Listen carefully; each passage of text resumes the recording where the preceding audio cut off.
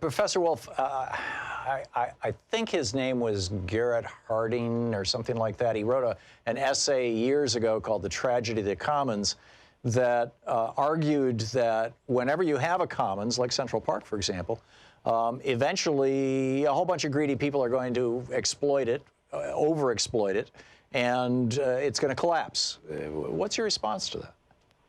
Well, you know, that's a grim view of human nature.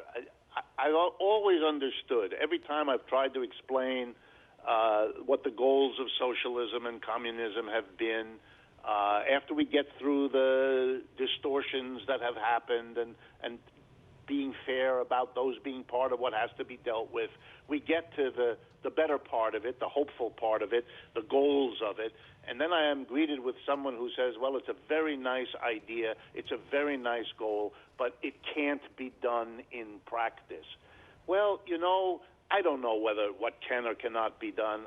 I think the human experience is trying to do it as well as we know how. Will there be people, when we have a commons, who abuse those commons, who try to turn it a common property into a private property, a common space into a space for only a few? My guess is yes, there will be those.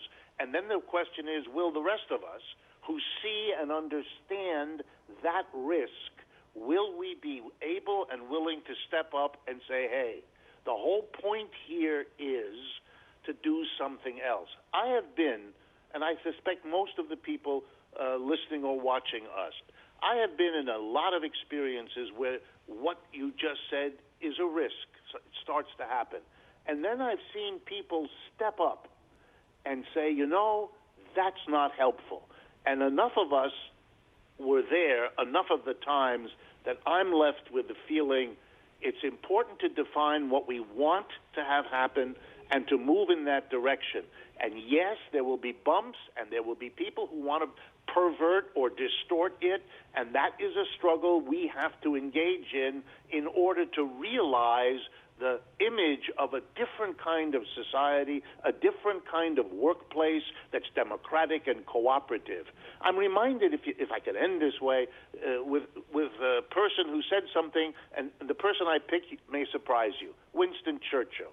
He was asked, what does he think about democratic government? And he said, well, it's messy, it's awkward, it's slow. And the only thing you can say for it is it's better than every alternative. Right. And I love that. I think that he was right about it. The only difference between him and me, I want to apply it to the workplace, where people spend 5 out of 7 days of their life. Most of their adult life is either at work or getting ready for work or recovering from work or planning or educating themselves for work. If democracy is something we really value, then for me, the promise of socialism is the commitment to bring democracy finally to the workplace where it should have been in the first place and where its absence has not done capitalism very much good.